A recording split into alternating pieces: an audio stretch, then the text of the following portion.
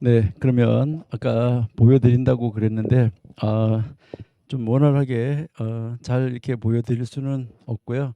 어, 조금 보기가 조금 힘드시게 보여드리도록 그렇게 하겠습니다. 자, 한번 보여주세요. 예, 이게 지금 성경 한 페이지입니다. 지금 히브리어 성경으로 한 페이지인데 글씨가 크게 된 부분부터 한번 보여드릴게요. 자, 글씨가 크게 된 거 제일 위에 줄 한번 보세요.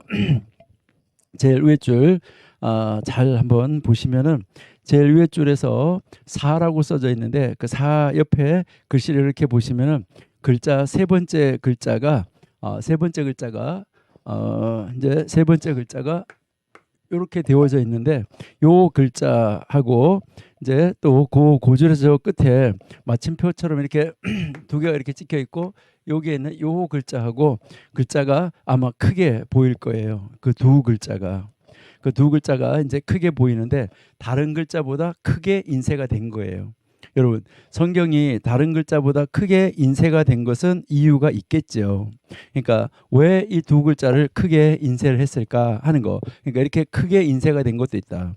그러면 이 성경만 그러냐? 그렇지 않아요. 그래서 지금 이것은 제가 이제 성경을 사진을 찍어 가지고 우리 선생님한테 드려서 이 선생님이 지금 그 컴퓨터에서 그냥 이렇게 보여주는 것인데, 그래서 만약에 이제 제가 이게 아이패드가 연결이 됐다고 그러면은 여러 가지 이 성경 한 가지만 아니라 여러 가지 다 보여드릴 수가 있는데 여러 성경이 다 그렇게 되어 있다는 거예요. 그러면 그렇게 여러 성경이 다 그렇게 되어 있다는 것은 이유가 있다는 건데 한국에서 만든 히브리어 성경은 이렇게 안 돼 있어요. 그러니까 그분들은 그냥 글씨를 크기를 똑같이 만들어 버렸어요. 예. 자, 그리고 다른 거 하나 보여드릴게요. 이제 레위기 1장 1절 아까 이야기했었는데 한번 보여드릴게요. 자, 레위기 1장 요게 레위기 1장이라는 위에 제일 위에 바이크라 해가지고 레위기라는 말이 나와 있고, 예, 그 밑에 1장이라는 말이 알렙이라고 히브리어로 크게 글 썼는데 그거는 1장이라는 말이에요. 이렇게 앞에 있는 거 이것은 1장이라는 말이고 그 1장 또 1절이 되고 거기에 이렇게 해가지고요. 아까 제가 이제 앞에 시간에 이렇게 써드렸던 것처럼 이렇게 이제 되어져 있는데 요 글자가 이렇게 작게 인쇄가 되어져 있는 것을 아마 여러분들이 확인할 수가 있어요. 자, 이제 됐습니다. 그러면 이제 여러분들이 왜 그렇게 어떤 것은 글씨가 크고 어떤 것은 글씨가 작을까? 여러분들이 어떤 문서 작업을 하실 때 뭐 이제 어떤 문서든지 여러분 뭐 계약서든지 어떤 문서든지 문서 작업을 여러분들이 하실 때 그 문서를 여러분들이 보시면은 이제 어떤 거는 글씨가 크게 어떤 건 글씨가 굵게 어떤 건 글씨가 가늘게 이렇게 글씨를 써 나가는 것을 아마 여러분들이 볼 수가 있어요. 그러니까 그거 이유 없이 글씨를 크게 하든지 굵게 하든지 그렇게 안 한다는 것이죠. 이유 없이 글씨를 작게 쓰지 않는다는 것이죠. 자, 그러니까 여러분들도 한번 왜 첫 번째 불렀다라는 말인데 히브리어로 이제 그가 불렀다, 하나님이 불렀다라고 말씀하실 때에 그럴 때 왜 저 글씨를 저렇게 작게 썼을까 하는 것도 여러분이 한번 묵상하시고 한번 생각해 보시면은 좋겠다. 그러니까 왜 성경을 처음에 기록하는 사람들이 그렇게 기록을 했을까? 그러니까 서기관들이 왜 그렇게 썼을까? 이유가 있지 않을까? 그것을 여러분 한번 묵상하시고 연구해 보시면은 좋겠습니다.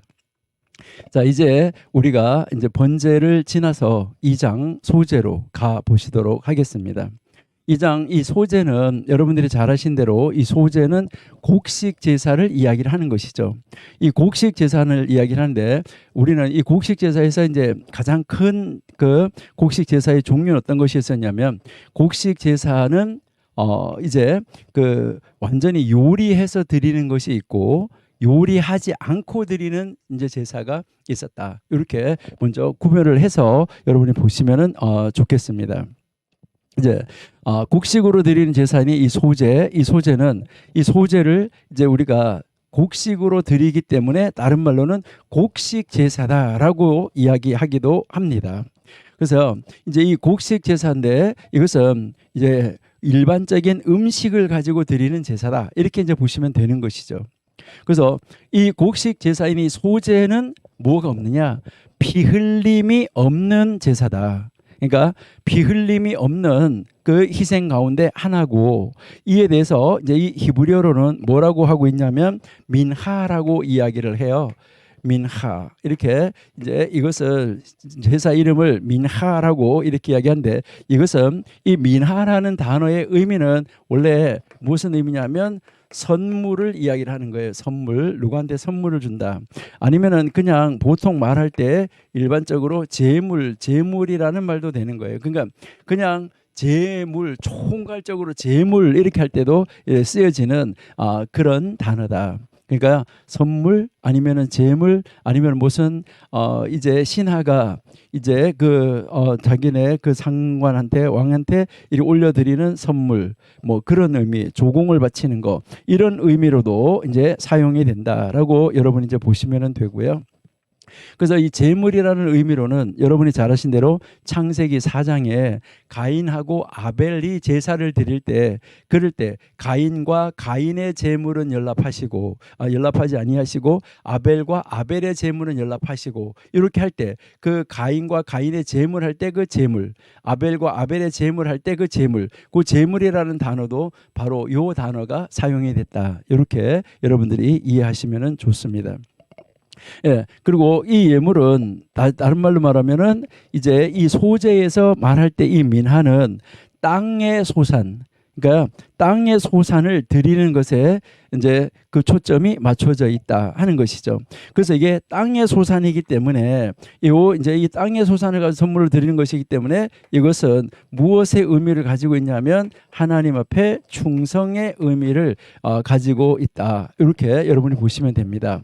그래서 이제 이 소재의 근본적인 사상은 무엇일까 하는 건데, 우리 역대상 29장 14절을 한번 읽어보시도록 하겠습니다. 역대상 29장 14절.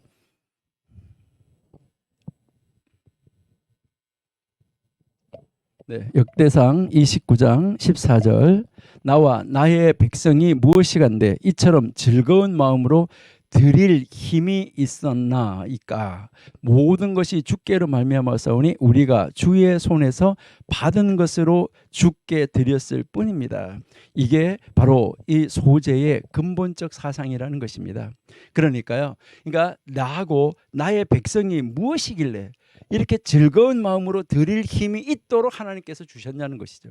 그러니까 모든 것이 하나님께로 말미암았기 때문에 우리가 하나님의 손에서 받은 것으로 다시 하나님 앞에 드려드립니다 라고 이야기를 하는 것이죠.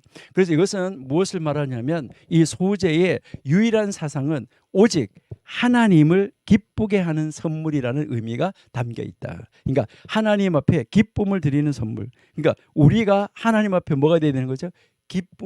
하나님의 기쁨이 되는 사람, 하나님의 기쁨이 되는 일, 하나님의 기쁨이 되는 사역, 이것을 하는 것을 이야기를 하는 것이죠. 그래서 우리가 충성이다라고 이야기를 했습니다. 그리고 이제 이 곡식 제물로는 이제 오늘 이렇게 보면 세 가지 종류가 성경에 언급되어서 나오는 것을 볼 수 있어요. 그러니까 세 가지 종류인데, 제일 먼저 1절에서 3절에서는 고운 가루가 나와요. 그 다음에 4절에서 11절까지는 화덕에 구운 것이 나와요.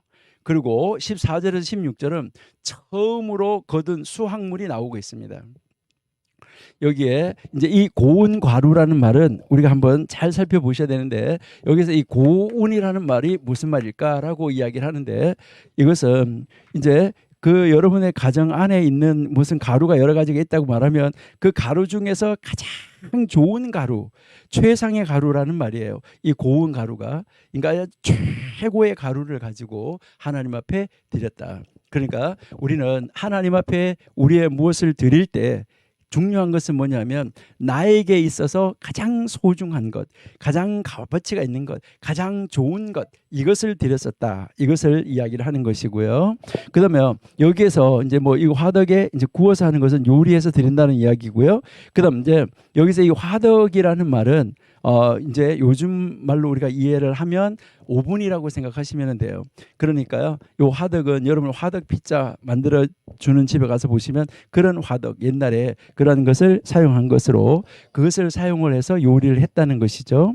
그다음에 이제 처음으로 거둔 수확물 이렇게 하는데, 여기서 이 처음으로 거둔 수확물을 하나님 앞에 이제 소제로 드리는, 이 초실절의 소제로 드리는 이런 이 예물을 여기서 지금 이야기를 하고 있는 것입니다. 근데 이 초실절의 제물을 드리는 이 예물에서 이것은 처음 수확물을 하는 것을 보면, 이제 이 처음 수확물을 드린다고 할 때 처음 이제 밭에다가 씨앗을 뿌렸어요. 밭에다 씨앗을 뿌렸는데, 여기서 이렇게 올라오는 것들 중에서 가장 먼저 올라온 것들을, 이렇게 여러 가지를 가장 먼저 올라온 것을 표시를 해둬요. 표시를 해뒀다가 그들이 이렇게 또 올라오면서요, 이들 가운데서 어떤 것이 먼저 꽃이 피는 것이 있어요. 그럼 또 그 먼저 꽃이 피는 것들을 또 이렇게 표시를 해두고, 또 그 가운데서 또 이제 가장 먼저 열매를 맺는 거, 그리고 가장 먼저 익는 거, 이렇게 해서 이 단계가요 다 처음 나온 거, 처음 나온 거, 처음 나온 거, 이렇게 하면서 처음 나온 것들 중에서 또 그 외 다음 단계에서 처음 나온 거, 그리고 또 그 다음 단계에서 처음 나온 거, 그 다음 단계에서 처음 나온 거, 요 마지막에 가서 그것을 단으로 묶어 가지고 처음으로 거둔 수확물로 하나님 앞에 제사를 드렸다 하는 거, 요것을 이야기를 하는 것입니다. 이것은 예물을 드리는 사람들의 각각 처한 상황들이 또 다르다는 것도 알려주는 것이죠. 그러니까 번제 때도 그들의 상황에 따라서 제물을 조절된 제물로 드렸었는데, 여기도 이제 이 예물을 드리는 사람들의 그 각각 처한 상황들이 다를 수 있다는 것을 여기서 우리에게 가르쳐 주고 있습니다. 여기서 이 백성들의 역할은 자기 자신의 예물을 바로 선물로 드려야 하는 것이다. 여러분, 선물이라는 말은 무슨 말일까? 여러분들은 선물이 뭘까요? 선물은 어떤 것일까? 여러분 선물 많이 해보셨죠? 그러니까 이 선물이라는 말은 무엇을 말하냐면, 이 선물은 정말 어떤 것이 선물일까? 근데 이게 높은 사람한테 바치는 것은 잘못하면 뭐가 되냐면 선물이 아니라 뇌물이 될 가능성이 많아요. 뇌물.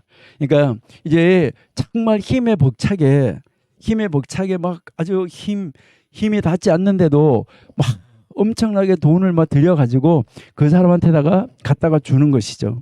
이것은 선물이 아니라 뇌물인 것이죠. 뇌물. 그러니까 여기에 지금 하나님 앞에 뇌물 드리라는 말 아닙니다. 그러니까 하나님 앞에 뇌물을 드리라는 말이 아니라는 거, 이것을 여러분들은 아주 분명하고 확실하게 이해를 하셔야지만 되는 것입니다. 하나님은 우리에게 뇌물을 받으실 필요도 없고, 그렇다고 해서 뇌물을 받으시려고 원하시지도 않으시는 분이시죠.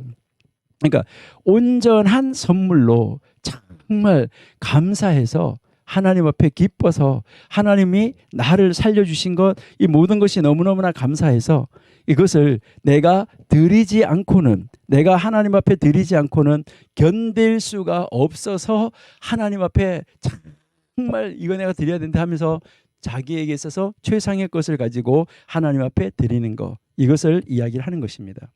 그때 이제 이 제사장은 그 선물을 제단 위에 그 일부를 태운 다음에 나머지는 먹는 것이죠, 제사장이. 그러니까 소제를 드리고 난 나머지를 먹을 수 있다는 것이 완전히 태워서 드리는 번제와는 다르다. 그러니까 번제는 온전하게 태워서 드렸잖아요. 그러는데 이제 이 소제는 일부를 태워서 드리고 이제 나머지는 먹는다는 거, 이것이 달랐다라는 것을 우리에게 가르쳐 주는 것이죠. 그리고 이 소제에 번제가 동반되어지는데, 번제에 사용된 제물은 바로 구별된 예물이었었다 하는 것도 우리가 성경을 읽어보면 알 수 있습니다. 민수기 15장 4절 한번 읽어보실게요. 민수기 15장 4절.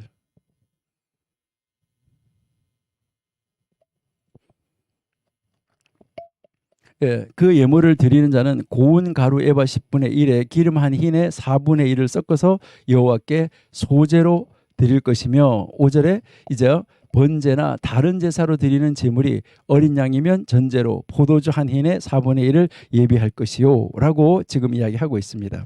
그러니까 소제의 번제가 동반했는데 이 번제에 사용된 제물을 바로 구별된 제물이었었다 하는 것을 우리에게 가르쳐 주고 있습니다.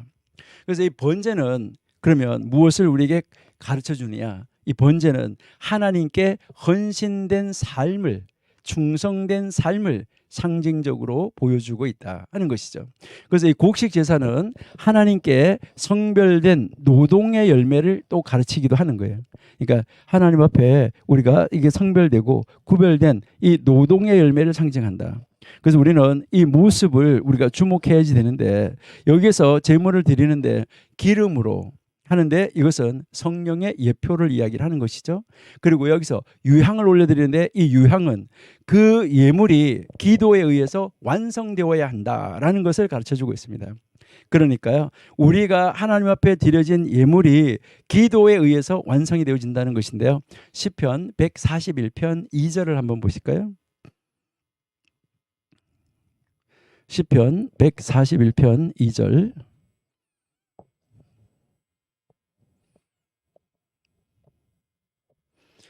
나의 기도가 주의 앞에 분향함과 같이 되며 나의 손드는 것이 저녁 제사같이 되게 하소서.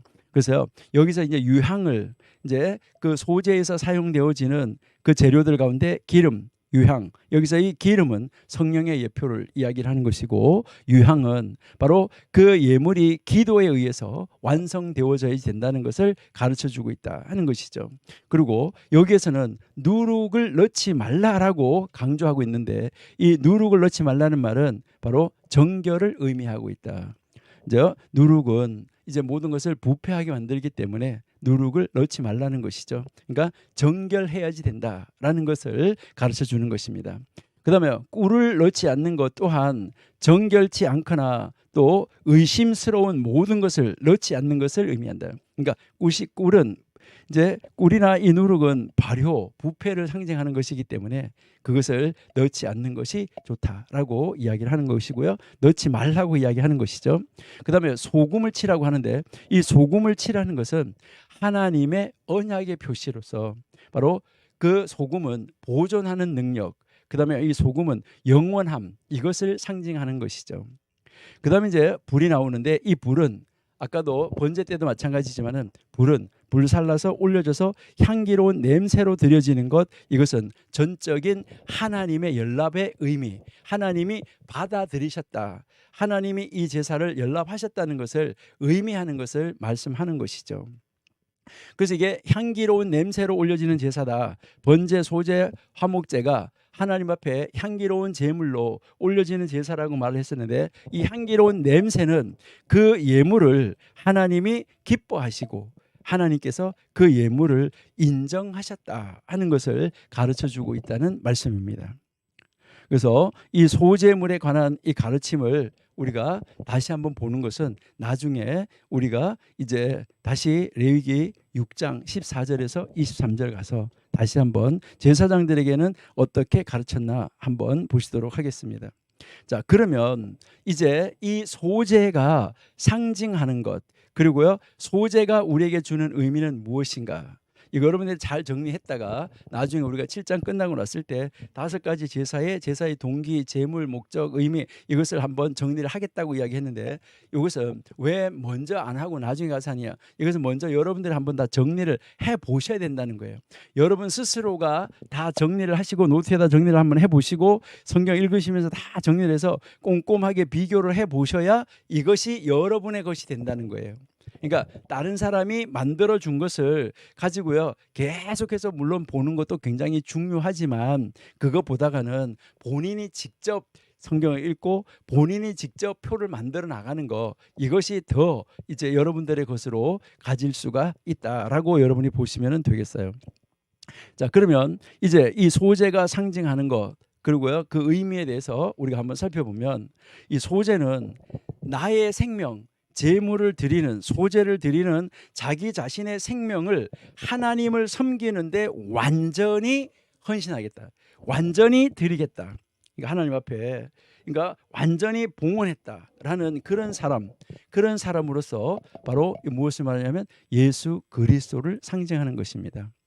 그러니까 마가복음은 그리스도를 바로 여호와의 종이라고 묘사하고 있습니다. 그래서 하나님의 승인인 향기로운 냄새는 마가복음 1장 11절이나 에베소서 5장 2절에서 잘 나와 있습니다. 우리 한번 읽어보실까요? 예, 마가복음 1장 11절 한번 같이 읽어보시겠습니다.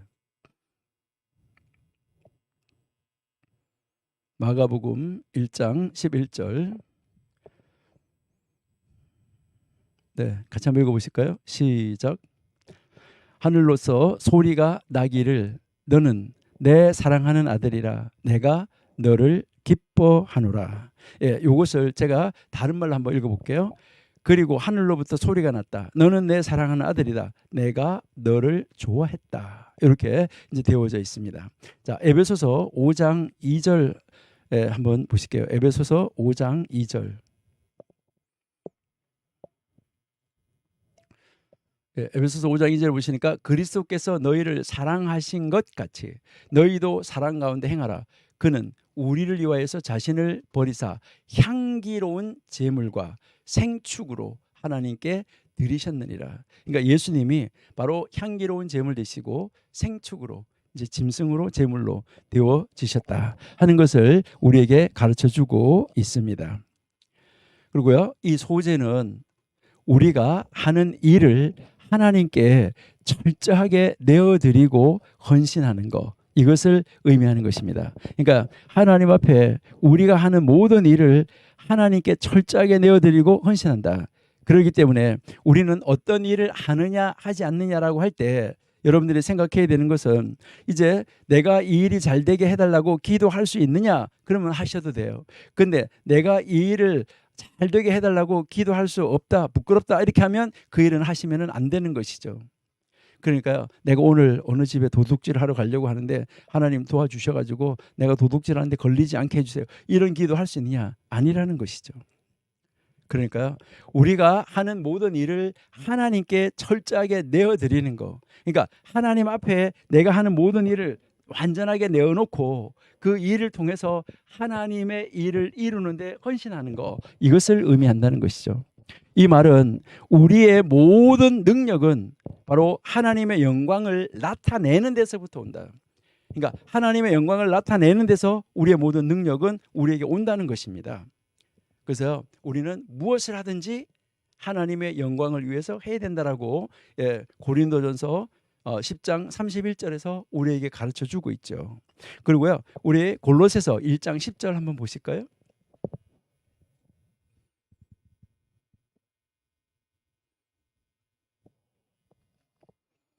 골로새서 1장 10절 한번 읽어보신다. 골로새서 1장 10절. 주께 합당히 행하여 범사에 기쁘시게 하고 모든 선한 일의 열매를 맺게 하시며 하나님을 아는 것에 자라게 하시고라고 지금 말씀을 하고 있습니다.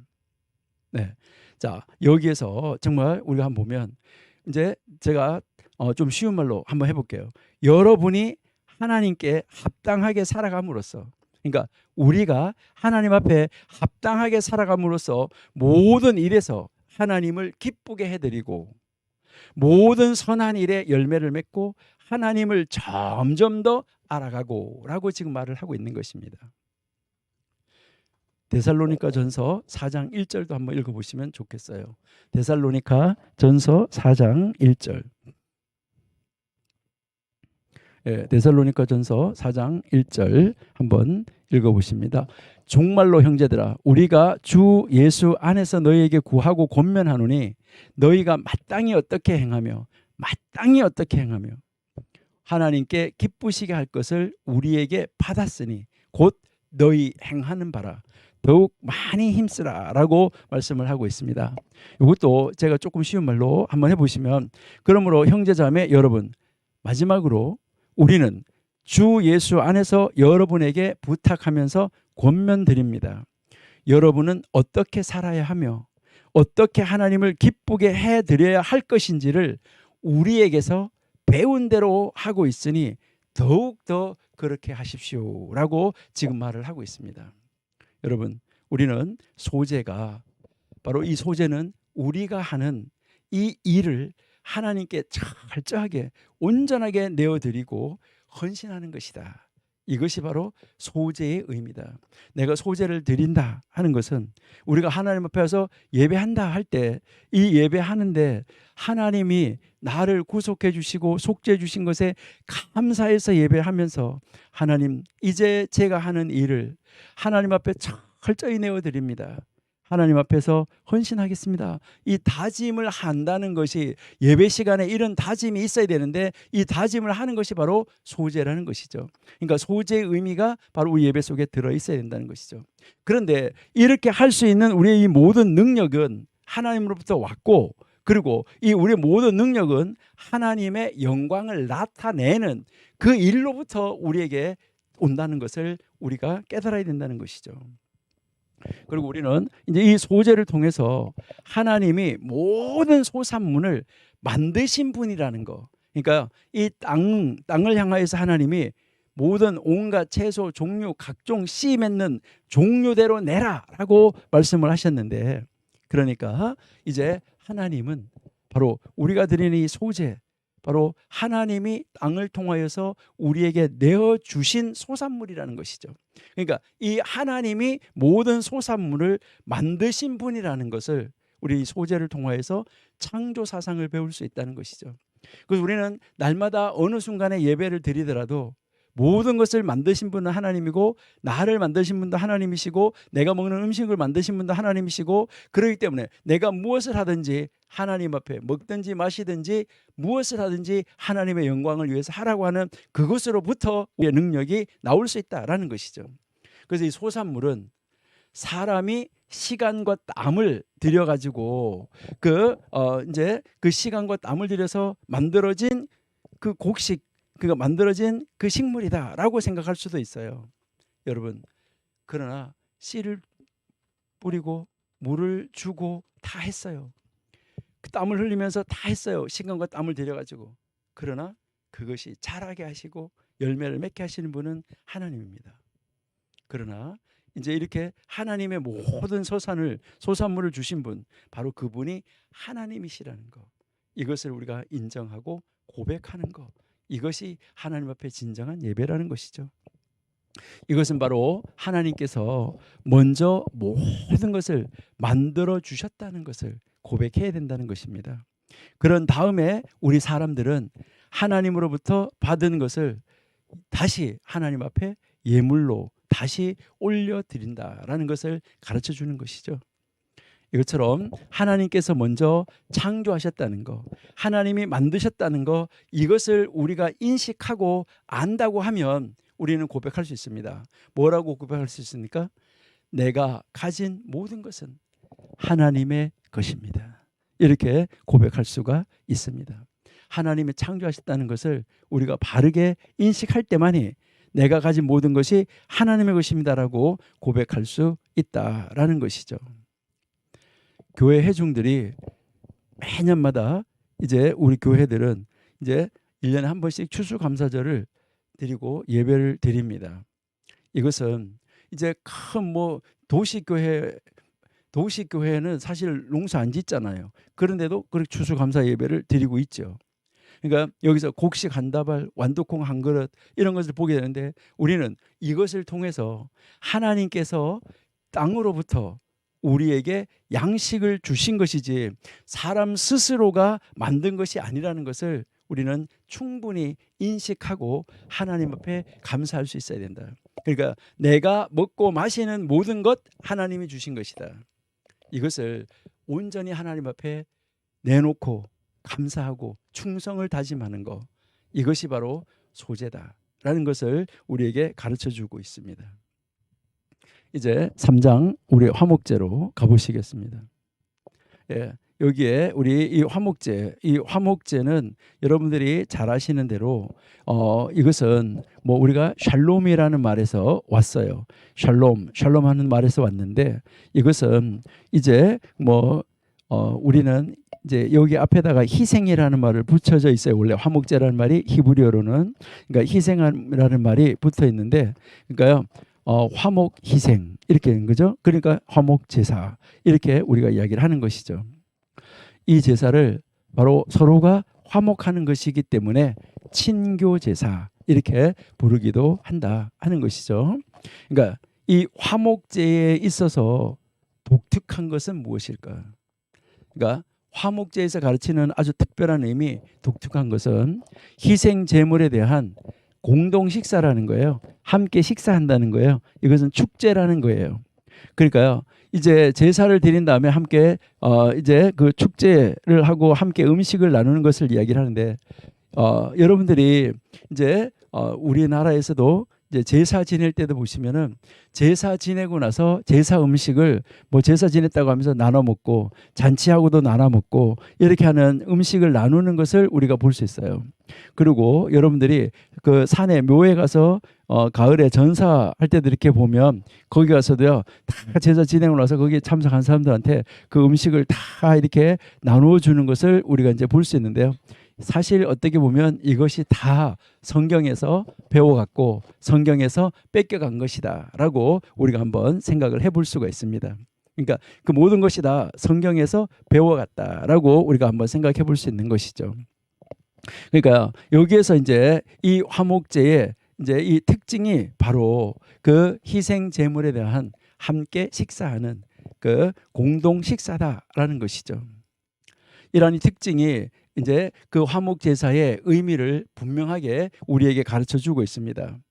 번제가 하나님께 대한 성별, 구별, 구속, 이제 그렇게 해서 하나님의 사람으로 구별하는 것이고 속죄는 충성 그리고요 섬김을 이제 표현한다고 하면 이제 그 섬김으로 하나님께 이제 그 능력과 소득을 자기가 가진 능력, 내가 가지는 소득을 하나님 앞에 드리는 것을 의미한다고 하면 바로 이제 이 화목제의 예물은 먹는 것을 통한 교제에서 보여지는 것처럼 하나님과 화해, 이웃과의 화해, 이 화해를 의미한다. 이렇게 여러분들이 보시면 되겠습니다.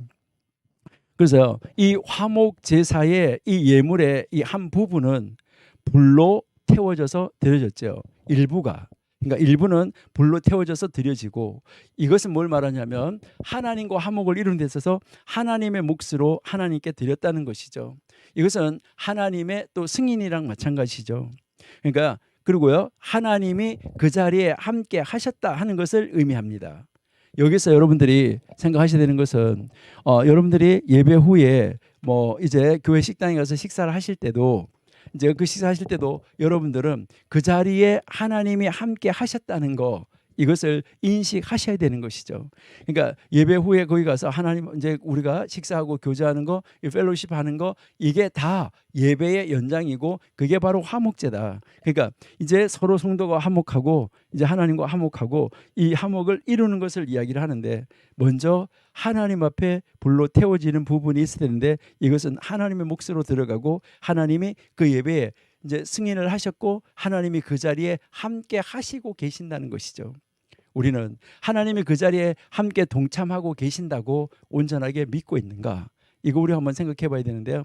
우리는 가정에서 식사할 때도 거기에 이 우리 식탁의 자리에 하나님이 함께 하셨다는 거 이것을 우리가 인정해야 되는 것이죠. 그래서 우리는 하나님 앞에 먼저 기도하고 식사를 하잖아요. 그래서 하나님이 그 자리에 함께 하신다는 것이죠. 그래서 식사가 끝났을 때도 하나님 잘 먹었습니다라고 기도하는 것 이것이 참 좋은 하나의 이제 의식이 아닐까 이렇게 생각해 볼 수 있습니다. 물론 의식적으로 하라는 것은 아닌데요. 뭐 먹고 나서도 하나님 잘 먹게 해주셔서 감사합니다라고 할 수 있다는 것이죠. 그래서 이제 이 화목제의 예물을 한 부분은 불로 이렇게 태워서 올려드리고 그래서 하나님이 승인을 하시고 하나님이 그 자리에 함께 하시고 하나님이 그 자리에 참여하시고 계시다는 것이죠. 그 다음에 또 다른 부분은 이제 예물을 드리는 자 그러니까 그 제사자 이 예물 드린 제사자가 실제로 먹는 것이었었다. 그리고 마지막 부분은 제사장들이 먹는 것이었었다 하는 것이죠.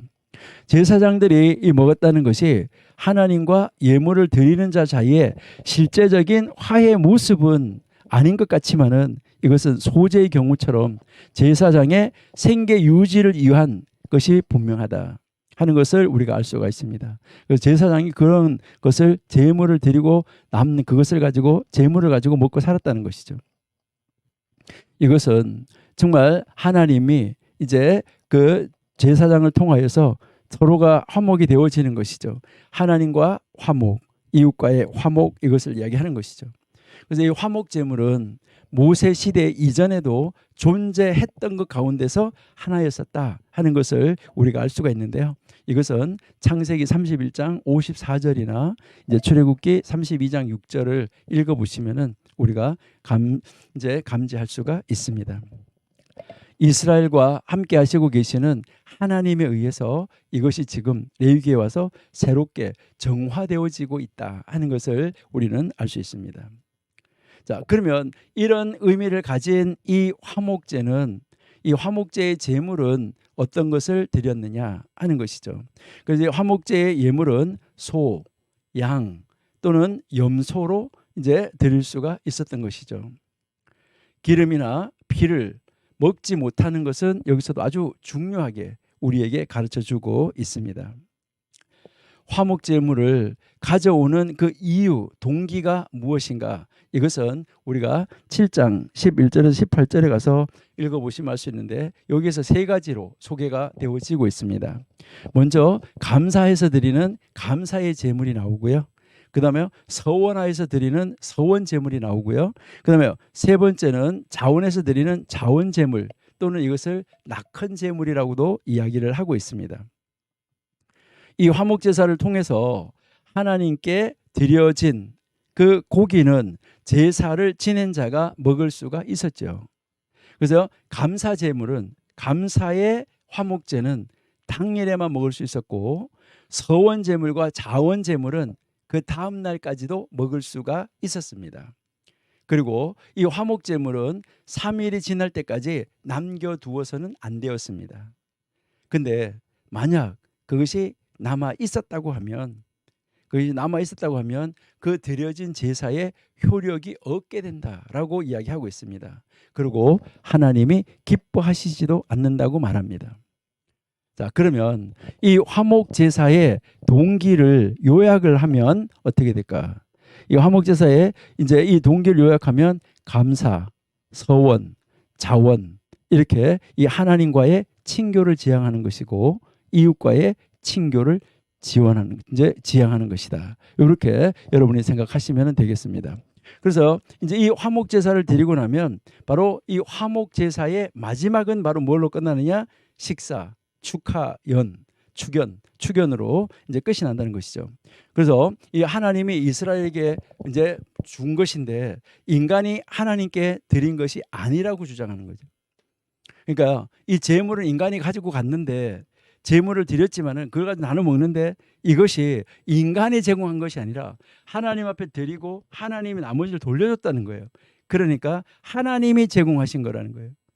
그러니까 이제 하나님 것이라는 거죠. 그러니까 이제 여기에서 하나님이 이스라엘에게 주어진 것이다, 이것을 강조하고 있는 것이죠.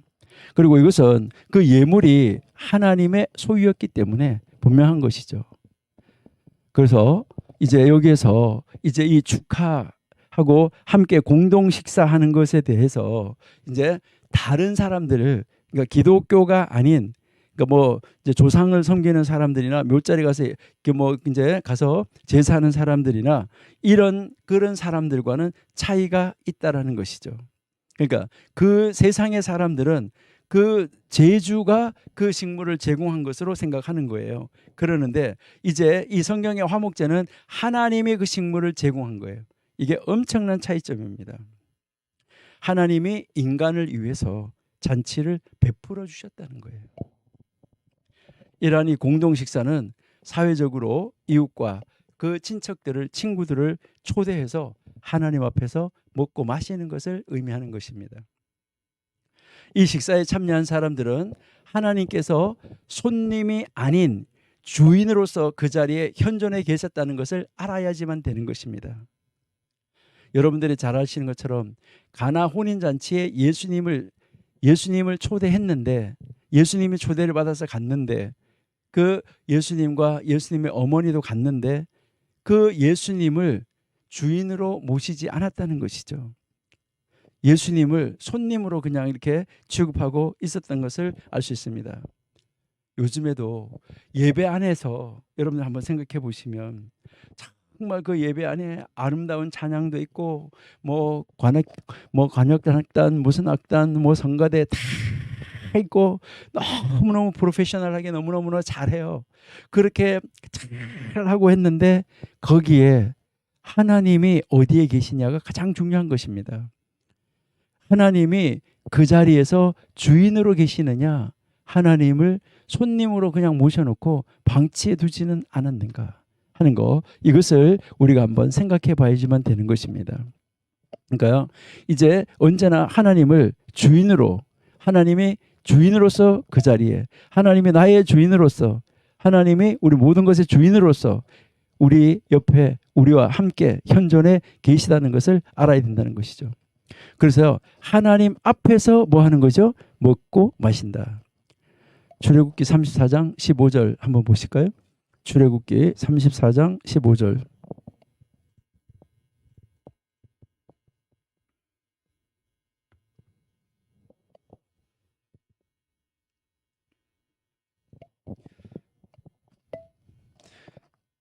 너는 삼가 그 땅에 거민과 언약을 세우지 말지니 이는 그들이 모든 신을 음란히 섬기며 그 신들에게 희생을 드리고 너를 청하면 내가 그 희생을 먹을까 함이라. 여러분, 이게 하나님 앞에서 먹고 마셔야 되는데 이것이 아니면 안 된다는 거예요. 그러니까 그 땅 거민, 그러니까 그 신들에게 희생을 드리고 너를 청하면, 그것이 아주 굉장히 심각하다. 이것을 우리에게 가르쳐 주는 것이죠. 자, 사무엘상 9장 12절 13절 한번 보실게요. 사무엘상 9장 12절 13절.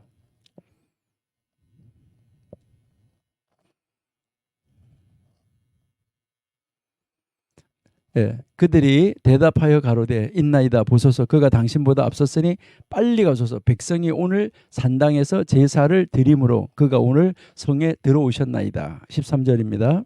당신들이 성으로 들어가면 그가 먹으러 산당에 올라가기 전에 곧 만날이이다. 그가 오기 전에는 백성이 먹지 아니하나니 이는 그가 제물을 축사한 후에야 청함을 받은 자가 먹음이라. 그러므로 지금 올라가셔서 금시로 만날이다 라고 지금 말씀을 하고 있습니다.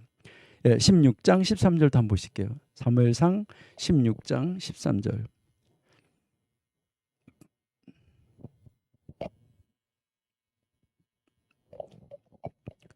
사무엘이 기름불을 취하여 그 형제 중에서 그에게 부었더니 이날 이후로 다윗이 여호와의 신에게 크게 감동되니라. 사무엘이 떠나서 라마로 갔다라고 지금 말씀하고 있습니다. 열왕기하 10장 19절도 한번 보실게요. 열왕기하 10장 19절.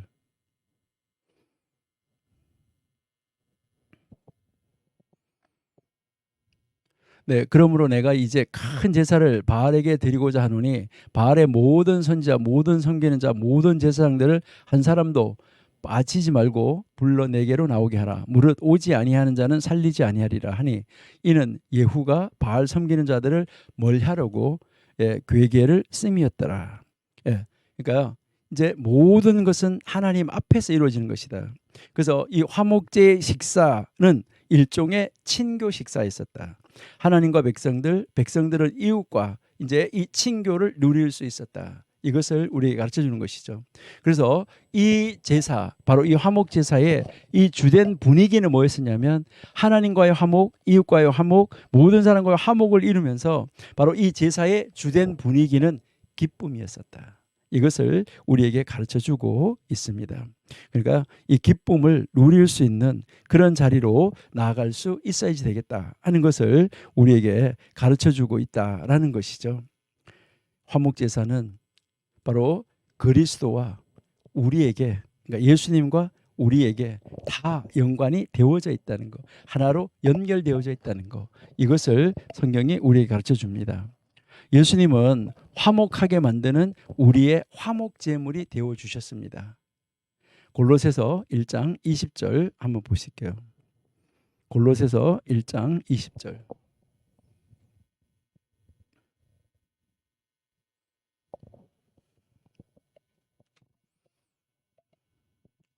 그의 십자가의 피로 화평을 이루사 만물 곧 땅에 있는 것들이나 하늘에 있는 것들로 그로 말미암아 자기와 화목하게 되기를 기뻐하셨다라고 지금 말씀을 하고 있습니다. 에베소서 2장 14절에서 17절을 읽어보시면은 제가 한번 읽어드릴게요. 한번 보시면 예수님의 십자가의 피로 평화를 이루셔서 예수님으로 말미암아 만물을 곧 땅에 있는 것들이나 하늘에 있는 것들이나 다 자기 가까이 화해시켰다. 이게 골로새서 1장 20절이고요. 그다음에 이제 에베소서 2장 14절에서 17절을 한번 보시면은 그리스도는 우리의 평화이시다. 그리스도는 우리의 평화이십니다. 그리스도께서는 유대 사람과 이방 사람이 양쪽으로 갈라져 있는 것을 하나로 만드신 분입니다. 그분은 유대 사람과 이방 사람 사이를 가르는 담을 자기 몸으로 허무셔서 원수된 것을 없애시고 여러 가지 조문으로 된 계명의 율법을 폐하셨습니다. 그분은 이 둘을 자기 안에서 하나의 새 사람으로 만들어서 평화를 이루시고 원수된 것을 십자가로 소멸하시고 이 둘을 한 몸으로 만드셔서 하나님과 화해시키셨습니다. 그분은 오셔서 멀리 떨어져 있는 여러분에게 평화를 전하셨으며 가까이 있는 사람들에게도 평화를 전하셨습니다. 라고 되어 있습니다. 그리스도는 바로 화목제물로 되셨다 하는 것이죠. 로마서 5장 1절에 보시니까 그러므로 우리는 믿음으로 의롭다 하심을 받았으므로 우리 주 예수 그리스도로 말미암아 하나님과 더불어 화평을 누리고 평화를 누리고 있습니다. 라고 이야기하고 있습니다. 여러분, 이렇게 지금 번제, 소제, 화목제에 이 향기로운 냄새가 되는 이 향기로운 제물이 되어서 하나님 앞에 드려지는 이 모든 것이 바로 이 누구를 상징하냐면 이제 십자가에 달려서 단번에 이루실 그 제사, 단번에 이루실 그 예수님의 그 모형, 예수님이 오셔서 이 5가지 제사를 한 번의 제사에 다 이루실 것이라는 것을 가르쳐 주시면서 이제 우리도 예배할 때 한 번의 예배를 드리지만은 이 5가지 의미가 포함되어져 있는 예배를 드려야지 된다. 이것을 우리에게 가르쳐 주는 것이죠. 이 5가지 제사를 따로따로 뭐 번제 드리고 소제 드리고 이게 하라는 것이 아니다 하는 것을 우리가 알 수 있다 하는 것이죠. 네. 자, 그러면 이제 우리 4장 속죄제 한번 보시도록 하겠습니다. 이제 4장에 가서 보시면 이제 이 속죄제는 이제 우리가 잘 알고 있는 것처럼 이 속죄제가 가르치려고 하는 그 주된 관심사, 그 주된 사상은 바로 뭐냐면 하나님 앞으로 나아갈 때 우리가 하나님 앞으로 나아갈 때 화해, 보상, 속죄가 필요하다는 것이죠. 왜요? 거룩하신 하나님 앞에 죄 있는 자가 갈 수가 없기 때문에 갈 수가 없기 때문에 우리는 이 죄 사함이 필요하다는 것이죠. 그러니까 이 속죄 제사에 있어서 아주 가장 중요한 사상은 바로 뭐냐면 하나님하고 화목이 이루어져야 되는데 그 하나님하고 화목이 이루어져야 되고 보상이 있어야 되고 속죄가 필요하다는 것이죠. 그래서 번제, 소제, 화목 제물이 이 순서상으로 지금 이 속죄 제물보다 앞서 나오는 이 이유는 이 예물들이 바로 구속을 위한 바로 하나님의 그 대속을 위한 유월절 희생의 기초를 둔 제사이기 때문에 이미 하나님과 언약을 맺은 사람들을 위한 것이기 때문에 이것이 앞에 나오는 것이 당연하다라고 볼 수 있는 것이죠. 그래서 자원에서 나오는 제사를 앞에 놓는 것이 당연하다는 거예요. 그러니까 하나님 앞에 내가 나오지 않고는 견딜 수가 없는 것이죠. 내가 구속함을 받았으니까 감사해서 내가 하나님 앞에 충성하지 할 수가 없는 거죠. 내가 하나님하고 화목해야 되고 이웃하고도 화목을 해야 되는 것이죠. 그러니까 이 향기로운 냄새로서 올려지는 제사가 먼저 나오는 것이 당연하다. 그러니까 성별, 섬김, 이 교제에 대한 개념들이 바로 하나님으로부터 구속받은 이 백성들이 가지고 있는 하늘나라 시민권자로서 하늘나라 시민으로서 행할 수 있는 즉각적인 결과로서 제일 먼저 강조되어지고 있다는 것이죠. 하나님 앞에 감사와 충성과 헌신과 이 화목이 이것이 강조될 수밖에 없다는 것이죠. 그런 다음에 이제 이 속죄제사가 이어지는 것은 백성들에게 제사를 가르치는 순서에서는 아주 논리적이라는 것을 알 수가 있는 것이죠. 그러니까 바로 이 속죄제가 이어지는 이것은 믿는 사람의 삶에 있어서 속죄가 지속적으로 필요하다는 메시지를 우리에게 전해주는 것이죠. 그러니까 한 번을 끝나는 것이 아니죠. 그러니까 지속적으로 속죄가 필요한 것이죠. 그래서 레위기 1, 2, 3장에 나오는 이 제사들은 우리가 그 전에서부터 익숙히 알고 있었던 제사라는 거예요. 근데 이스라엘 종교에 이 통합되어지지는 않았던 것으로 보여지고요. 근데 이 속죄제는 전적으로 이제 이 새로운 가르침으로 여기서 등장하고 있다는 겁니다. 이 모든 이 희생 제물들은 하나님의 백성이 드리는 것이지 회심하지 않은 죄인이 드리는 것이 아니라는 것이죠. 그러니까 이것들은 생명을 제공받은 믿는 자의 삶이 어때야 하는지, 그러니까 우리 믿는 자가 어떻게 살아야 되는지 이것을 가르쳐주고 있다는 것입니다. 속죄를 위한 이 요구들은 사람마다 다 달라요. 그리고요, 각자 종사하는 그 신분에 따라서 제물에도 차등이 있어요. 그러니까 뭐 개인이 죄를 지었을 때, 지도자가 죄를 지었을 때, 제사장이 죄를 지었을 때, 회중이 죄를 지었을 때, 거기에 따라서 다 제물이 다르다는 것이죠. 번제물도 그 사람의 상황의 형편에 따라서 달랐었는데 여기도 마찬가지로 이 조절된 제물이라는 것이죠. 그러니까 속죄함을 받아야 되는데 어떤 제물을 가지고 와야지만 속죄함을 받을 수 있다. 이렇게 되면 이제 그 제물이 없는 사람은, 힘이 미치지 못하는 사람은, 능력이 거기에 미치지 못하는 사람은 죄사함을 받을 수가 없어요. 그런데 하나님은 죄사함을 받을 수 없는 사람이 한 사람도 없도록, 누구든지 다 죄사함을 받을 수 있도록 제물을 조절해 주셨다는 것이죠. 그 신분에 따라서, 각자의 그 입장 처지에 따라서 다르게 이제 차등을 줬다는 것이죠. 그래서 제사장, 회중, 족장, 평민, 이 신분에 따라서 제물의 차이를 두셨다는 것, 이것이 하나님이 우리에게 주신 놀라운 은혜라는 것을 우리가 알 수가 있습니다.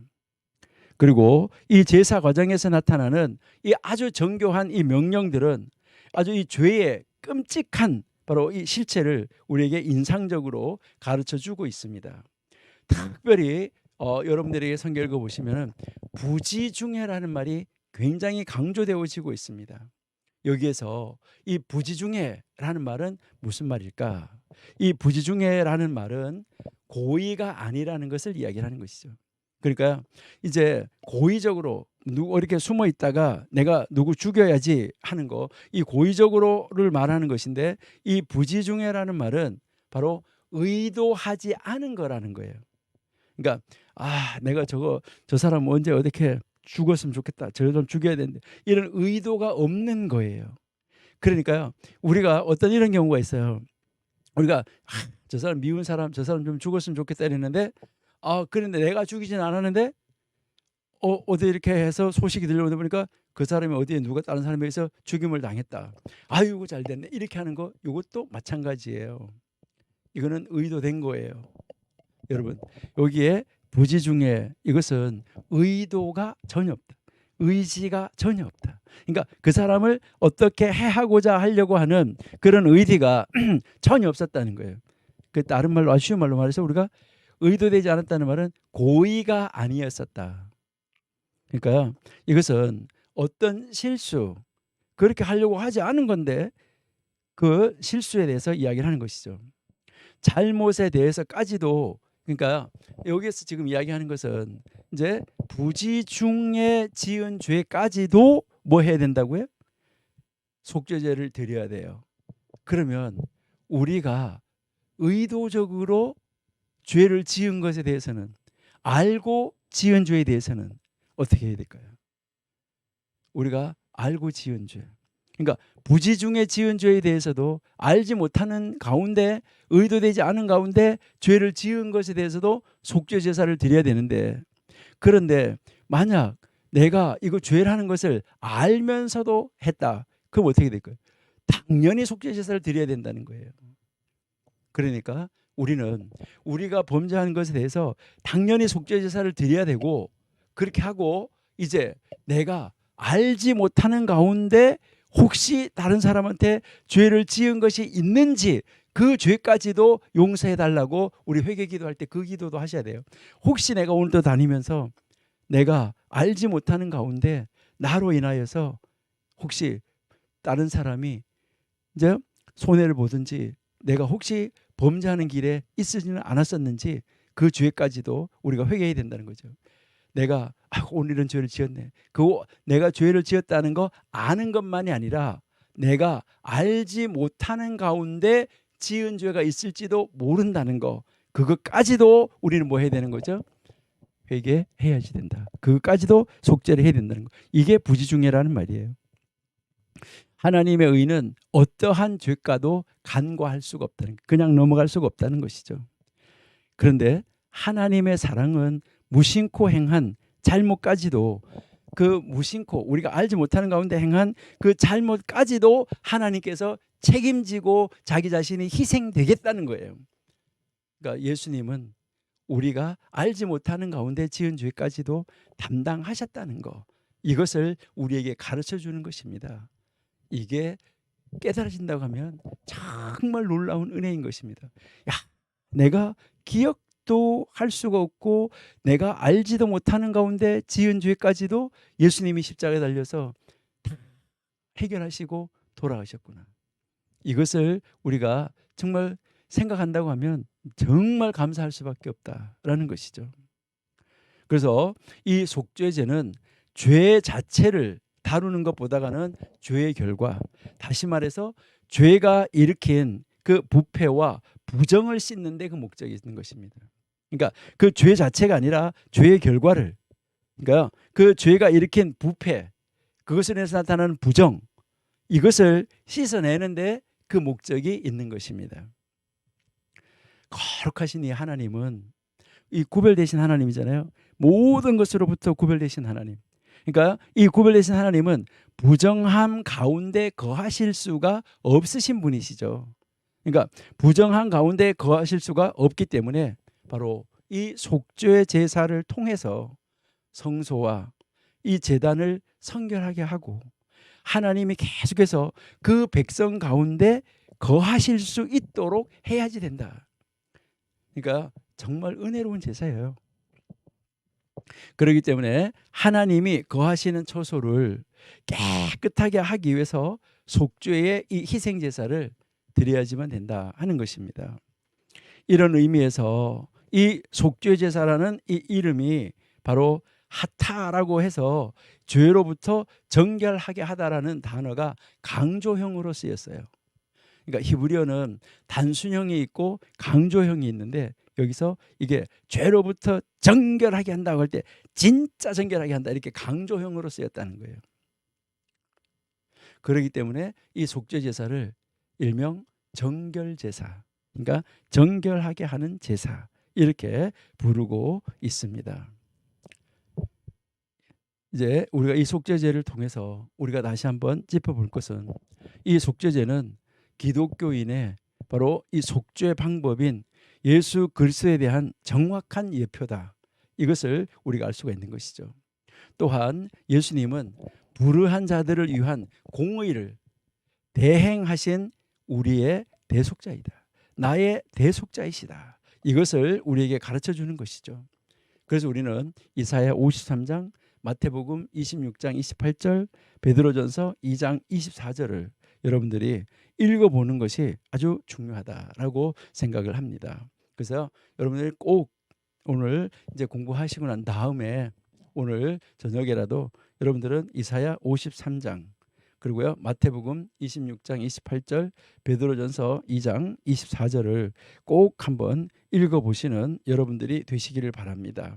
마태복음 26장 28절에 보시면은 여러분 잘 아신 대로 이것은 죄를 사하여 주려고 많은 사람을 위하여서 흘리는 나의 피, 곧 언약의 피다 라고 말씀을 하셨고요. 그리고요 베드로전서 2장 24절에 보시니까 그는 우리 죄를 자기 몸에 몸소 지시고서라고 얘기해요. 이제 아까 우리가 이 번제물을 할 때 자기의 이제 안수한다고 했잖아요. 이 손을 올려놓는다고 그랬는데 이제 이 올려놓아서 이 제물 짐승하고 나하고 동일시해서 이제 이 짐승이 죽는 것이 내가 죽는 거라 그랬잖아요. 그런데 이 예수님이 바로 우리 죄를 예수님이 몸에, 자기 몸에 담당하시고 자기가 짊어지시고 우리의 죄를 자기에게 전가시킨 거죠. 우리의 죄를 자기가 전가해서 받아가지고 짊어지시고 지시고 나무에 달리셨습니다. 그것은 우리가 죄에게는 죽고 의에게는 살게 하시려고 하는 일이었습니다. 그가 매를 맞아 상함으로 여러분이 나음을 얻었습니다. 라고 베드로전서 2장 24절에서 우리에게 가르쳐 주고 있습니다. 이사야 53장과 이제 이 마태복음 26장 28절, 베드로전서 2장 24절을 여러분들이 집에서 다시 한번 묵상하시고, 야, 이렇구나. 예수님이 나와의 관계가 이렇구나 하는 것을 다시 한번 인식하고 느끼면서 우리는 그 예수님 앞에 정말 무릎을 꿇고 하나님 감사합니다 라고 하면서 그 하나님을 마음의 중심에 모시고 진실로 살아가는 우리가 되어야지만 되겠습니다. 그리고요, 이제 이 속죄제에서 우리에게 가르치는 것은 대속자를 통해서, 이 대속자를 통해서 우리에게 이 나타난 결과는 우리의 죄가 완전하게 제거되어지고 지워진 것이고, 이 죄의 결과도 없어졌다는 것입니다. 죄를 지은 결과는 사망인데 우리에게 사망이 없어진 거예요. 이것은 예수님이 우리를 위해서, 다시 말해서 우리를 대신해서, 이제 우리의 죄값을 대신해서 지불해 주셨기 때문에 우리가 죄값을 지불하지 않게 되었다는 것이죠. 그래서 우리는 우리의 죄가 없어졌다는 것이죠. 이게 용서받았다는 것이죠. 그래서 순결한 희생자가 속죄하는 제물로 온전하게 드려졌기 때문이다 라는 것을 우리에게 가르쳐주고 있습니다. 정말 이 예수님이 우리를 위한 속죄의 제물이 되어주셨다. 우리가 예배 시간마다 내가 이래서 하나님 앞에 나와서 예배할 수 있게 되었구나, 이것을 생각한다고 하면 정말 우리는 하나님 앞에 그저 감지덕지 할 수밖에 없어요. 감사합니다, 고맙습니다, 이 말밖에는 할 게 없다는 것이죠. 이제 속건제 한번 가보시도록 하겠습니다. 속건제. 예. 이제 이 5장에서 이제 속건제가 나오는데 1절에서 13절은 이것은 거의 분명히 4장에서 시작된 이 속죄제에 관한 이 설명으로 우리가 봐야지 돼요. 5장이. 그러니까 5장 13절까지는 이게 앞에 붙어야 된다. 속죄제로. 예. 그리고요, 이제 그 이제 뒤에부터가 이제 속건제로 들어가는 것으로 우리가 볼 수 있는데요. 이제 1절에서 13절은 평민들에게 요구되는 속죄 제사를 가르쳐 주는 거예요. 이것은 예물을 드리는 자의 능력, 형편에 따라서 드려지는 것을 다시 한번 가르쳐 주고 있죠. 그러니까 다른 제사들과 인접한 곳에 있지만은 이 속죄 제사가 속죄를 강조함으로써 뚜렷해지는 것, 이것을 우리에게 다시 한번 강조해 주고 있다는 것이죠. 특별히 여기서 이 피를 뿌리는 것이 매우 강조되어지고 있다. 이것은 신약에서도 굉장히 강조하고 있는데요. 우리 로마서 5장 9절을 보시면요, 그러므로 지금 우리가 그리스도의 피로 의롭게 되었으니 그리스도로 말미암아 하나님의 진노에서 구원을 얻으리라는 것을 더욱 확신합니다 라고 지금 말씀합니다. 이 피를 강조하고 있는 것, 정말 우리가 놀라운 사건을 우리가 이제 볼 수 있다는 것이죠. 베드로전서 1장 2절 말씀에서도 여러분이 한번 보시면은요, 베드로전서 1장 2절 말씀에 하나님 아버지께서 여러분을 미리 아시고 성령으로 거룩하게 해주셔서 여러분은 순종하게 되고 예수 그리스도의 피 뿌림을 받게 되었습니다. 여러분에게 은혜와 평화가 더욱 가득 차기를 빕니다 라고 나오고 있습니다. 요한 1서 1장 7절에도 보시면은 하나님께서 빛 가운데 계신 것과 같이 우리가 빛 가운데 살아가면 우리는 서로 사귐을 가지게 되고 하나님의 아들 예수의 피가 우리를 모든 죄에서 깨끗하게 해주십니다 라고 말씀을 하고 있습니다. 여기에서 제사장이 지금 속죄제물을 먹고 태우는 것에 우리가 주목해야 되는데, 이것은 또 하나의 예표적인 의미가 바로 진영 밖에서와 관련해서 신약 성경에서 주의 깊게 우리가 읽어갈 수 있어야지만 되는 것입니다. 우리 히브리서 13장 10절에서 12절을 읽어보시면 이것의 의미를 우리가 좀 알 수가 있습니다. 자, 히브리서 13장 10절에서부터 12절 우리 한번 읽어보시도록 하겠습니다. 히브리서 13장 10절에서 12절. 예, 우리에게 제단이 있는데 그 위에 있는 제물을 장막에서 섬기는 자들이 이 제단에, 그러니까 이 제단에게 먹을 권이 없나니 이는 죄를 위한 짐승의 피는 대제사장이 가지고 성소에 들어가고 그 육체는 영문 밖에서 불사릅니다. 예수님이 영문 밖에서 십자가에 달려서 돌아가신 것을 이야기하는 거죠. 그 다음에 12절. 그러므로 예수도 자기 피로써 백성을 거룩하게 하려고 성문 밖에서 고난을 받으셨다. 자, 13절.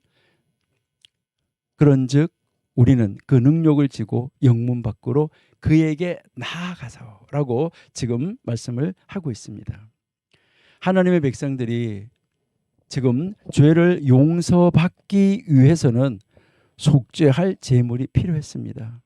그런데 하나님은 제물을 드리는 자의 능력을 고려하시는 것, 이것은 정말 하나님은 사랑의 하나님이다, 은혜의 하나님이다. 근데 제물을 반드시 드려야 되는 것은 공의의 하나님이다. 그래서 하나님은 공의의 하나님과 은혜의 하나님, 분명하다라는 것을 우리에게 가르쳐 주는 것이죠. 여기에서 우리는 이제 하나님은 은혜롭고 하나님은 세밀하고 하나님은 자비가 풍성하시다. 우리가 용서를 받기 위해서 단지 밀가루 한 움큼만으로도 충분했다라고 우리에게 가르쳐 주고 있는 것이죠. 그러니까 죄를 지은 사람이 용서받을 수 없는 사람은 한 사람도 없었다. 누구나 다 용서받을 수 있도록 하나님이 길을 열어놓으셨다. 예수님께서도 신약에서 양팔을 벌리고 누구든지 다 예수님께로 오면 구원을 받을 수 있도록 길을 열어놓으셨다 하는 것을 우리에게 가르쳐 주는 것이죠. 예, 여기까지가 지금 이제 속죄죄에 해당하는 것이고, 이제 그 다음 구절부터가 이제 속건죄가 되는 것이죠. 6장 7절까지. 자, 이 속건죄는 이스라엘을 위한 하나의 새로운 요구라고 우리가 볼 수 있습니다. 다시, 이것은 왜냐하면 배상을 하라는 것인데, 이제 이 속건죄와 속죄죄의 차이점은, 이 속죄죄의 주요 개념이, 이 속죄죄의 주요 개념은 죄를 범함에 대한 것이라고 그러면, 이 속건죄는 하나님과 사람에게 손해를 입힌 것에 대한 거예요. 그러니까 손해를 입힌 거, 그러니까 하나님의 것에 손해를 입힌 거, 또요 다른 사람에게 손해를 입히는 것에 대해서 손해를 입혔으면 그만큼만 돌려주는 것이 아니라 배상을 해야 된다는 것을 이야기를 하는 것이죠. 속죄죄는 속죄를 강조하는데 속건죄는 배상을 강조한다는 것이죠. 이러한 방법으로 죄인은 하나님과 맺은 언약을 회복할 것이다 라는 것이죠. 그래서 이 속건죄의 의식은 바로 속죄죄와는 달랐다라는 것을 우리에게 가르쳐 주는 것이죠. 그래서 이제 이 하쉐임의 성물들, 여호와의 성물들이라고 말하는데, 여기에 이 관계된 내용을 우리가 한번 보시면 이제 죄인지 모르는 무지에 대한 강조도 그것에 대한 희생의 이 필요성을 설명하고 있다. 우리는 정말 이 속건제 제물을 어떻게 드려야 되는가, 이제 계속해서 우리가 6장에 가서도 한번 살펴보시길 바랍니다. 이 속건제 제물로서 예수님은 죄가 하나님의 지위와 속성에 대한 이 공격이기 때문에 바로 그 권리들이 지켜져야 한다는 것을 의미하고 배상을 해야 된다는 것을 가르쳐 주고 있습니다. 여기에서 이 배상이라는 개념은 그리스도의 속죄 사역에 있어서 매우 중요한 측면입니다. 이런 이 진리에 대한 우리의 바로 이 인식이, 바로 배상이 우리 때문이라는 이 사실, 그리고 예수 그리스도께서 우리를 위해서 배상하셨다는 사실, 이것을 깨닫도록 우리를 인도해 가고 있다 하는 것을 알 수가 있습니다. 그 다음 이제 우리가 6장 1절에서 7절을 한번 보실게요. 자, 6장 가보십니다. 이제 6장에 가서 이제 레위기 6장을 보시면은 이제 여기가 지금 5장 14절에서부터 이제 이어져 가지고요. 나오는데 이 하나님께 대한 잘못을 이제 다루어지고 있는데, 지금 이 6장에서는 사람에게 잘못한 거, 그러니까 5장 14절에서 19절은 사람에게 잘못한 것인데, 이제 하나님께 잘못한 것인데, 지금 6장 1절에서 7절은 이제 사람에게 잘못한 것과 관련해서 지금 언급하고 있는 이 속건제에 대한 법이 이어지고 있습니다. 그래서 이 속건제를 지내야 되는 5가지 경우를 지금 여기서 가르쳐 주고 있어요. 각 경우마다 배상이 요구되고 있다는 것이죠.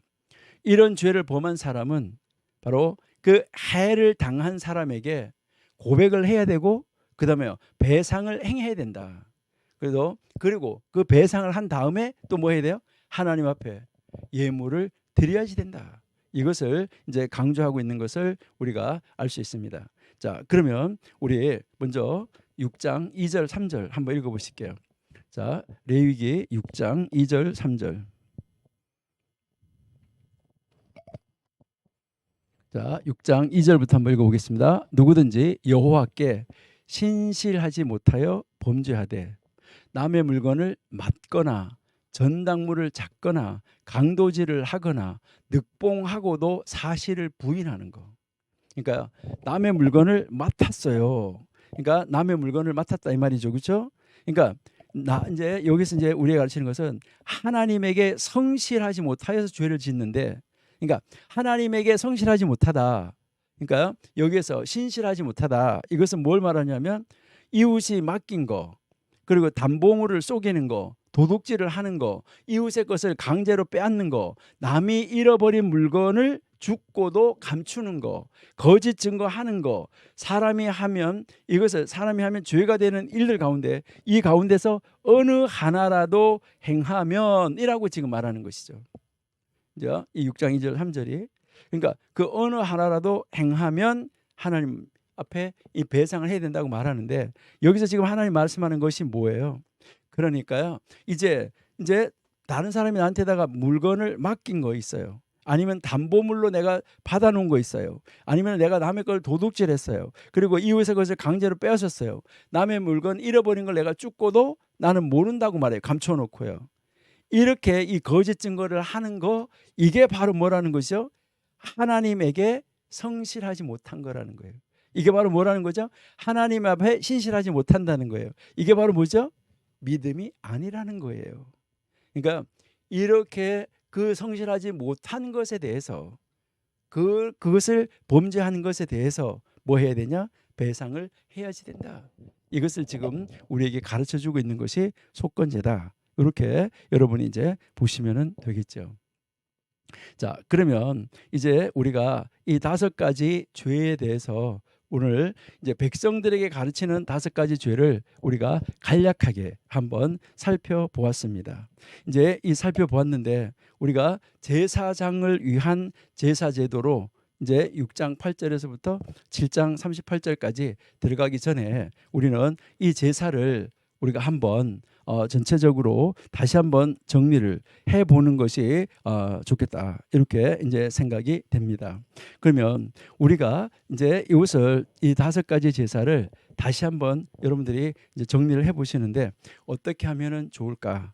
이제 여러분들은 노트를 꺼내시고 이제 펼쳐놓으시고 우리 같이 한번 정리해보는 그런 시간을 가지면은 좋겠습니다. 예, 그러면 우리 같이 이제 한번 표를 만들어 가면서 정리를 한번 해보시도록 하겠습니다.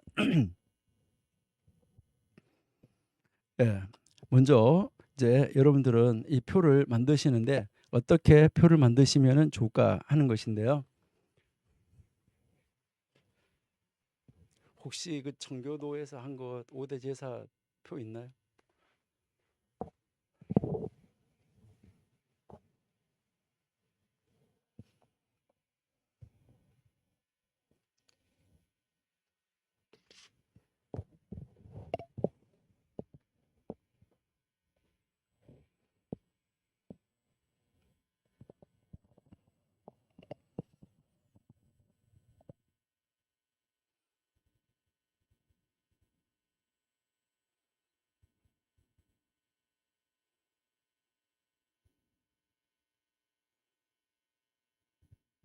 그 표밖에 없어요. 예? 예. 예, 그러면 그거 놔두시고요. 예, 그냥 예. 자, 여러분들이 이제 한번 표를 만들어 보시는데요. 먼저 이제 여기에 이름, 이제 여기서 무슨 이름 말하냐면 제사 이름을 이야기를 하는 거예요. 제사 이름 한번 하시고요. 제사 이름 하시고 그다음에 제사가 어떤 성격을 가지고 있나, 이게 제사의 성격, 이 제사의 성격을 한번 여러분들이 이제 살펴보시고요.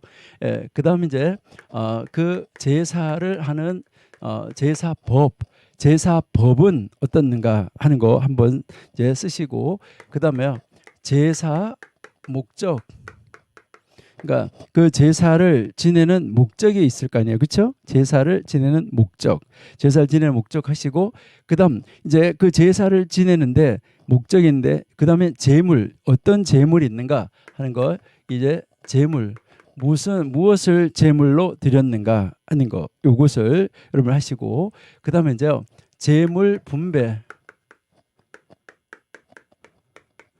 이 제물의 분배는 어떻게 됐는가 하는데, 그 제사를 지내는데 제사를 가져갔는데 이 제물이 하나님께 돌아가는 것이 있고, 하나님께 돌아가는 것이 있고, 그다음에 제사장에게, 제사 집례자 제사장에게 돌아가는 것이 있고, 그러면 제사장에게 돌아가는 것이 있고요. 그다음에 제사를 지내러 간 제사자, 그러니까 제사자에게 돌아가는 것이 있고, 이렇게 여러분들이 한번 칸을 만들어서 나누어서 만들어 보시면 좋을 것 같아요.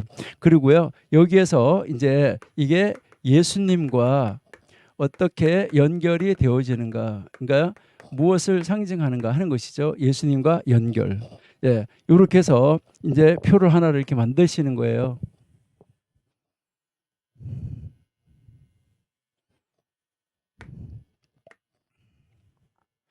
예, 이제 이렇게 해서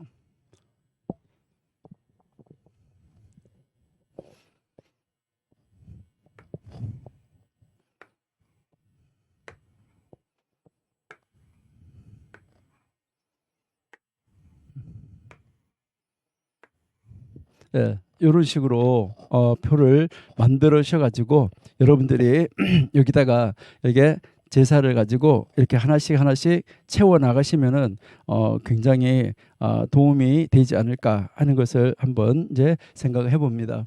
자, 그러면 제일 먼저 우리 한번 해볼게요. 번제. 자, 제일 먼저 이제 번제가 있는데, 그러면 이 번제는 성격이 어떤 것이냐라고 이야기했었는데, 아까 우리가 번제, 소제, 그다음에 화목제, 이것은 향기로운 제물로 올려 드려지는 것이라고 말했어요. 그러니까 향기로운 제물로 올려 드려지는 것이고, 이제 백성들에게 가르칠 때는 번제, 소제, 화목제를 먼저 가르치고 속죄제, 속건제를 나중에 가르쳤다. 그래서 이 번제가 속죄의 의미도 있지만, 번제가 속죄 의미가 속죄 제사로 드리지 않고 따로 드릴 때도 있다. 그것은 자원제다라고 이야기를 했어요. 그래서 이 번제는 성격이 자원제. 이제 그러나 이 번제가 이제 이 속죄 개념으로 드려질 때, 그럴 때는 이것은 의무제.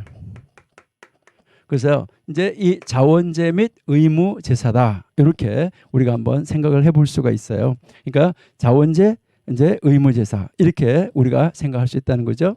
자, 그다음에 이제 이 제사법, 이제 요 제사법을 하나씩 다 성경을 읽어가면서 우리가 이제 공부를 하면 시간이 너무나 많이 걸리기 때문에, 우리가 과목이 5경인데 이제 지금 거의 한 학기를 했는데도 아직까지 레위기 가고 있기 때문에 민수기도 가야 되고 신명기도 가야 되는데, 한 학기 동안 뭐 계속 우리가 1년 내내 5경만 할 수 없잖아요. 그러니까 이제 선지서도 해야 되고 성문서도 해야지 되는데, 그러니까 이 5경만 할 수가 없으니까, 그래서 이 제사법을 자세하게 우리가 다루지 않았었는데, 여기에서 우리가 간단하게 한번 도표로 만들면서 한번 간단히 다루도록 이렇게 하겠습니다. 그래서 제일 먼저 레위기 1장 5절에서 보시면은 제일 먼저 뭐가 나오냐면 피. 이 피를 단에다가 뿌린다 하는 것이죠. 이 제사 방법이 이제 문제 뿌린다. 그다음에 이제 두 번째는 뭘 하냐면 가죽을 제외한, 가죽을 벗긴 것이죠. 가죽을 제외한 제물 전체를, 그러니까 가죽 제외, 여기서 가죽을 제외하고 나머지 제물 전체, 재물 이 전체를 모두를 불살라 드린다. 이제 그가 불살라서 하나님 앞에 올려드린다. 이게 레위기 1장 6절에서 9절이죠. 그러니까 이것은 여러분 이제 성경책 지금 펼쳐놓으시고 보시면 돼요. 그 다음에 이제 요거에 피를 단에다가 뿌리고 재물 전체를 다 불살라서 드린다. 가죽만 빼놓고 드린다. 그 다음에 세 번째가 바로 무엇을 이야기하냐면은 번제물의 재를 진영, 그러니까 진박 정결한 곳에 버린다. 그러니까 이 재를 진영 박 정결한 곳에 버림. 이게 이제 이 제사 제도가 제사의 방법인 것이죠. 그러니까 이렇게 제사를 드린다 하는 것이고, 그다음에요. 그러면 이 제사를 드리는 목적은 무엇인가? 이제 이 제사를 드리는 이 목적은 무엇인가? 이것은 이제 하나님께 우리가 이야기했는데요. 하나님 앞에 뭐 하는 거냐면 이제요 헌신 그리고요 하나님 앞에 충성 이것을 상징한다라는 것인데요. 이것은 여러분들이 나중에 읽어보시는데 레위기 레위기 9장 레위기 9장 12절에서 14절 여기를 이제 한번 보시면 돼요. 그러니까 이 제사의 목적은 바로 무엇을 말하냐면 하나님께 헌신, 하나님께 충성하는 거 이것을 이제 상징하고 있다. 이렇게 이제 보시면 되고요. 그다음에 그러면 제물은 어떤 것을 드렸냐 하는 것이 제물. 이제 그러면 이 제물은 어떤 제물을 드렸느냐? 이 제물은 이제 거기 그 제주의 가정의 형편, 그러니까 이 가정 형편이 어땠느냐? 이 가정 형편에 따라서 이제 흠 없는 이제 가정 형편에 따라서 흠 없는 이제 흠 없는 수소를 이제 드릴 수가 있었고 그 가정 형편에 따라서 그다음에 흠 없는 숫양 또 그다음에 숫염소 숫염소를 드릴 수 있었다. 그다음에 이것도 미치지 못할 경우에는 이제 산비둘기, 집비둘기의 새끼를 드릴 수가 있었다. 이게 이제 제물로 드려지는 것이었었다 하는 것을 이제 우리가 알 수가 있죠. 그럼 제물로 드려지고 그다음에 이제 그 제물 드려진 다음에 그러면 제물의 분배는 어떻게 됐냐? 제물의 분배. 이 제물의 분배는 하나님에게로 돌아가는 것은 무엇이었냐? 가죽을 제외한 모든 것, 가죽을 제외한 모든 제물 전체가 하나님께로 드려졌다. 그러면 제사장에게 돌아가는 뭐냐? 하나님 앞에 나머지 가죽을 제외하고 하나님 앞에 드렸는데 제사장에게는 가죽이 돌아갔다. 이것을 이제 가르쳐 주는 것이죠. 가죽을 줬다. 그다음에 경배자에게 돌아간 것은 없다. 그러니까 제사를 지내는 이 경배자에게 돌아간 것은 아무것도 없었다. 이것을 이제 이야기를 하는 것이죠. 그러면 이것은 이 번제는 이제 예수님과 연결을 할 때는 어떤 연관성이 있느냐 이것을 이야기를 하는데 이것은 바로 이 예수님께서 속죄 제물이 되어 주셨다. 속죄를 위해서 피를 흘리셨다. 이것을 이야기를 하는 것이죠. 그다음에 이 예수님께서 바로 이제 그 예수님의 생명, 그러니까 예수님이 생명을 내어 놓으시기까지 온전한 헌신을 하셨다. 이것을 이제 보여주고 있다. 이 번제의 상징이 이것이다라는 것을 우리에게 가르쳐 주고 있다는 것이죠. 그러니까 이렇게 해서 이것은 이제 이렇게 해서 이렇게 해놓고 여기가 번제 이렇게 해놓고요. 이런 것을 글씨를 조그맣게 만들면서 여러분들이 도표를 하나를 만들어 보시면은 아주 좋다 하는 것을 우리가 한번 생각해 볼 수 있어요. 그 다음에 이제 이렇게 번제 했으면 그 밑에는 이제 소제 이렇게 해가지고요. 그다음에 소제는 무슨 제사였었냐면 자원하는 제사였었다. 이렇잖아요, 그렇죠? 그러니까 소제는 자원하는 제사다. 이것을 우리에게 이제 보여주고 그러면 이제 이 소제를 그러면 이 제사를 드리는 그 자원제인데 제사 이 제사를 드리는 방법은 어땠느냐라는 것이죠. 그러니까 이 소제는 제사를 드리는 방법은 번제나 화목제 등을 드릴 때 함께 불살라 태워서 드리는 제사가 있었다. 함께 태워서 드리는 제사. 근데 각 경우마다 기름, 유향, 그다음에 소금을 섞어서 불살라 드리는 제사가 있었다. 이렇게 제사 드리는 방법은 그렇죠. 제사 드리는 방법은 번제라 아니면은 화목제 이것을 드릴 때, 번제나 화목제를 드릴 때 그때 함께 이 소제를 함께 불살라서 드렸다는 거예요. 그리고 그때마다 기름, 유향, 소금 등을 섞어서 불살라 드렸다 하는 거, 그것을 이야기를 하는 것이고요. 그러면 그 소제를 드리는 제사의 목적은 무엇이었었느냐? 이제 소제를 드리는 이 제사의 목적은 하나님께 대한 순수한 희생적 봉사를 상징한다. 그러니까 여기에서 이제 이 희생적인 봉사, 하나님 앞에 나와서 봉사를 상징하고 있다. 이것을 이제 가르쳐 준다는 것이죠. 그다음에요. 그러면 이제 이 화목제를 드리는 제물은 어떤 것이 있었느냐 하는 것이죠. 이제 이 화목제를 드리는 이 화목제의 제물은 어떤 것이 있었냐? 우리가 잘 아는 대로 고운 곡식 가루, 아까 그랬죠? 고운 가루, 그다음에 기름, 그다음에 유향, 그리고요 소금. 그리고 그다음에 기름을 섞어 가지고 화덕에다가 구운 무교병 아니면 무교 전병, 그리고요 아니면은 번철에다가 기름을 섞어 가지고 부친 거, 또 솥에 기름을 섞어서 삶은 거, 그리고요 첫 이삭을 볶아서 찌은 거, 이것을 가지고 이제 이 제물을 하나님 앞에 드렸다 하는 것이죠. 그러니까 이제 이렇게 여러분들이 이제 2장을 읽으면서 여기다가 이렇게 제물을 또 이렇게 채워가는 것이죠. 여기에 제물이 뭐가 있었나. 그러니까 이렇게 표를 만드시는 거예요. 그러니까 이제 이렇게 표를 만들고 그 다음에 이제 그 제물 분배는 그러면 어떻게 되어졌었냐 하는 것이죠.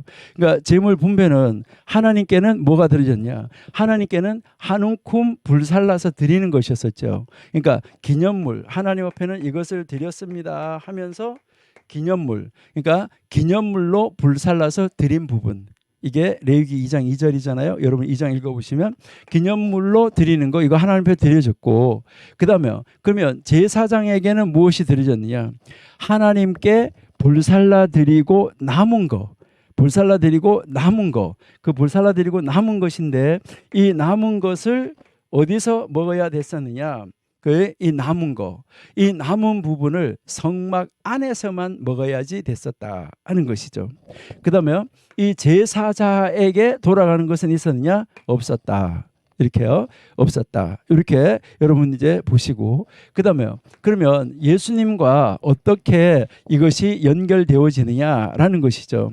예수님과 연결되어지는 것은 바로 예수님께서 자기 자신을, 예수님 자신을 온전하게 내려놓고 하나님으로서의 그 모든 것을 다 포기하시고 내려놓고 이제 온전히 하나님의 뜻을 행하셨다.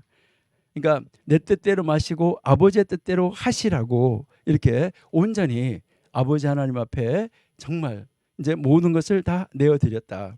그래서 죄 없으신 예수님께서 자신을 온전히 희생해서 하나님께 봉사했다. 이렇게 해서 여러분들이 이제 이 예수님하고 연결되어지는 이 성경 구절들을 다 찾아서 여러분들이 연결을 해보시면은 아주 정말 그래서 우리가 이 5 제사가 우리 한 번의 예배 속에 들어 있어야지 되는구나. 여기서 아까 우리가 얘기한 것처럼 예수님께서 바로 이제 속죄를 위해서 피를 흘리셨다. 요한복음 19장 34절, 히브리서 9장 12절에서 14절. 그리고요. 근데 예수님께서 예수님의 생명을 바쳐서 헌신하셨다. 이거 마태복음 26장 39절에서부터요. 이제요. 그다음에 누가복음 24장 26절 46절. 그다음에 에베소서 5장 2절. 이런 데서 성경을 다 찾아가지고 여러분들에게 쫙 비교해놓고 이제 번제, 소제, 화목제, 속제제, 속건제를 딱 한눈에 딱 볼 수 있도록 이렇게 도표를 만들어서 여러분들이 가지고 계시면은 앞으로 이제 이 제사 공부하는데 얼마나 도움이 많이 될까 하는 것을 한번 이제 생각을 한번 해봅니다. 그래서요, 여러분들이 정말 하나님 안에서 멋있는 공부를 하시려고 하면 여러분 이제 다른 사람이 만들어 놓은 것을 가지는 것도 중요하지만은 여러분 스스로가 만드는 것이 굉장히 중요하다라는 것을 아시기를 바랍니다. 그래서 이제 다음 시간에 오늘 우리가 이제 이 번제, 소제 요것만 이렇게 했었는데 이 칠판이 좀 크면은요 이거를 다 한 번에 이렇게 해놓고 볼 수도 이제 있겠죠. 근데 이제 여러분 이제 스스로가 한번 만들어 보시고 다음 주에 이 나머지 이제 화목제, 속제제, 속건제 요것을 우리가 한번 이야기를 나누고 그다음 이제 제사하는 방법, 이것은 화제니라, 이것은 전제니라, 요제다, 거제다 이렇게 해서 그 요 화제, 요제, 거제, 전제 요 제사 요 방법, 제사 방법에 따른 이 분류를 도표를 한번 만들어 보고 그 다음 이제 6장 이제 우리가 6장 8절부터 계속해서 레위기 이제 두 번째 제사장에게 제사를 가르치는 거 이 공부를 하도록 이렇게 하겠습니다. 그러니까 여러분들도 이제 이렇게 도표 만드는 것을 어떻게 만들면은 괜찮겠다 하는 것을 가르쳐 드렸는데 여러분들도 이 도표를 한번 집에서 스스로 먼저 만들어 보시면은 좋겠습니다. 그래서 다음 주에 이제 이 나머지 세 가지 도표를 먼저 이야기를 하고 네 가지 제사 방법 이야기하고 그다음 6장 8절부터 계속 레위기 공부하도록 이렇게 하겠습니다. 수고하셨습니다. 하나님 감사합니다. 오늘 저희들 이제 레위기에 들어갔습니다.